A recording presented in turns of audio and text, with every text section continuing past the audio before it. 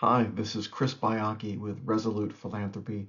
Today I wanted to talk about joy as a fundraising strategy.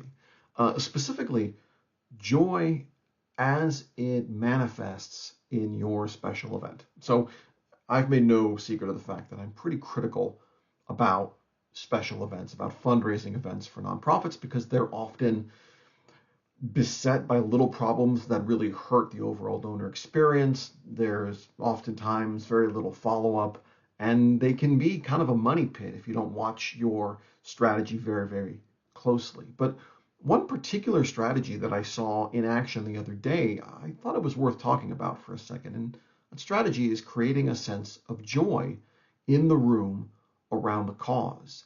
Now, this is a really delicate procedure, right? Because most nonprofits, I assume most of you watching this video, most nonprofits are doing something really difficult, are working for a cause or toward a cause that has some impact or some importance. You're looking to, get more kids access to education, or improving people's access to healthcare, or you're trying to make the world safer or kinder or happier in some way.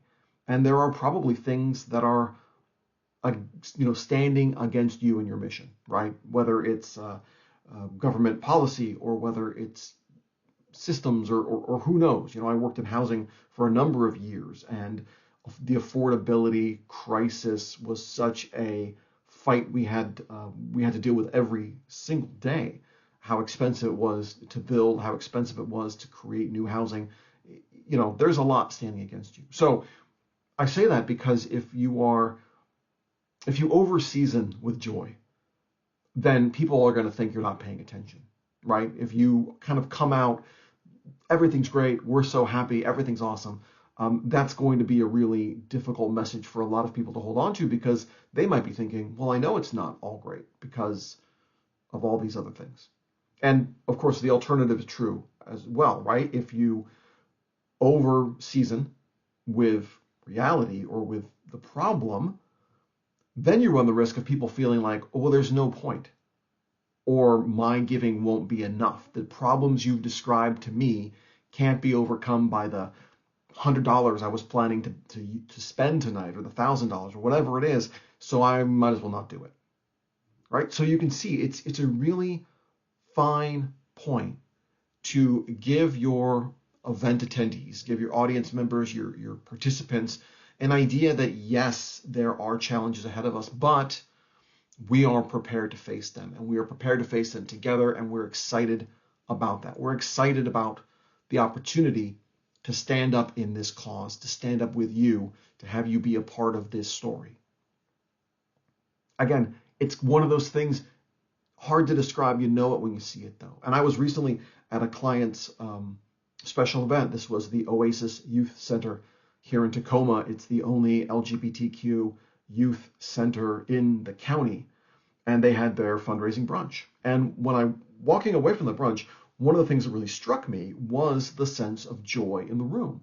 And it wasn't just because the entertainment was lively and there was a great crowd, but it was because I walked away feeling like, yes, there are, in the cases of Oasis, significant forces who are trying to actively hurt LGBTQ youth. They're trying to make life unsafe, unhappy. They're really going after these kids with everything they can. I'm speaking, of course, of our federal government and a lot of social media trolls and gross people.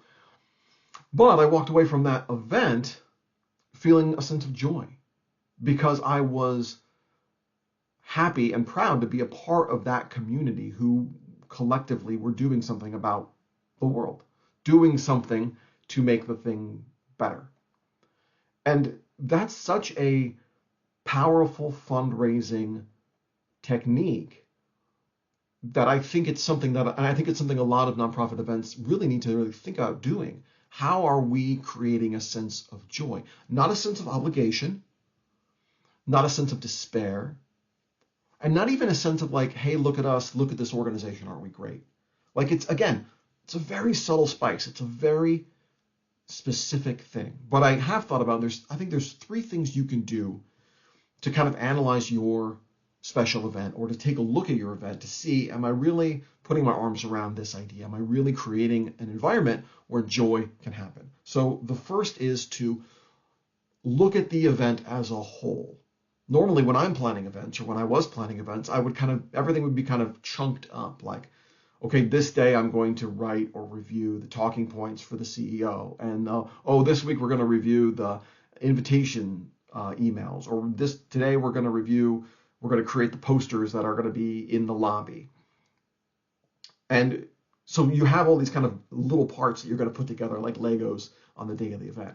I really encourage you to take kind of that step back and to look at all of the messages you're sending to your attendees through the event. And that messaging starts with the invitation and it goes to your post-event follow-up message. Is there a consistent story that's being told from the microphone, from your website, from posters, from volunteers who are greeting people and welcoming them at the check-in table? Look at that consistent story and see if there's elements there that support this idea of we're in this together. There's a sense of community and a sense of joy in what we're doing. The second thing, and I'm looking over at my notes, which is why I keep turning my head from the camera. The second thing is to really think about community and cause coming together. Your event is not your opportunity to tell people how great your organization is. Your event is not your opportunity to have, 8 board members and 7 other volunteers speak about this. It's not that. That's not the time.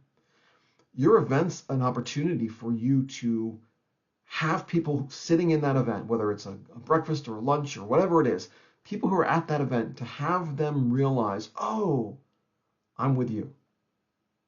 I understand this cause. I want what you want. You've shown me what you value by what you've said and done and demonstrated, and I, as the participant, value those things too. It's an opportunity to remind your community that they are engaged and generous and hopeful, and together you are doing something great. And finally, think about your vision and what your event is saying about your vision for what's next. Remember, it's not about this is the problem alone. It's not about, hey, everything's great. I think the message that really resonates with people is, here's what's next. Here's what we're going to do. Yes, there are things that are trying to stop us. There are systems in place that are difficult to overcome, but we are not giving up. And this is what's happening next. That vision doesn't have to be like the announcement of a capital campaign. It can be recommitment to the cause. It can be something that just shows your guests that the job continues, the work continues, and you're excited to see and to show your guests what you're going to do next. So that idea of consistent messaging, that idea of tying your community with your cause, that idea of having a really clear vision, all those things can contribute to an event that not only sparks generosity, but sparks some joy and gives your attendees a chance to say, me too. I want to be a part of this mission. I want to be a part of this cause. I believe in what you believe in, and I'm excited to be a part of it. So, if your event isn't quite there yet, I'd be happy to chat with you about that. If your event, maybe you have been doing the same event for quite some time and it's time to re-examine it, to realign it, to accelerate it so it's facing the right direction and going at the right speed, I'd love to help you with that too. And if you recently attended an event that has brought you a sense of joy, I would love to hear about that too. And you could leave a message underneath this video or reach out to me at resolutephilanthropy.com and let me know. Okay, that's all for today. Keep up the great work. We'll talk to you soon.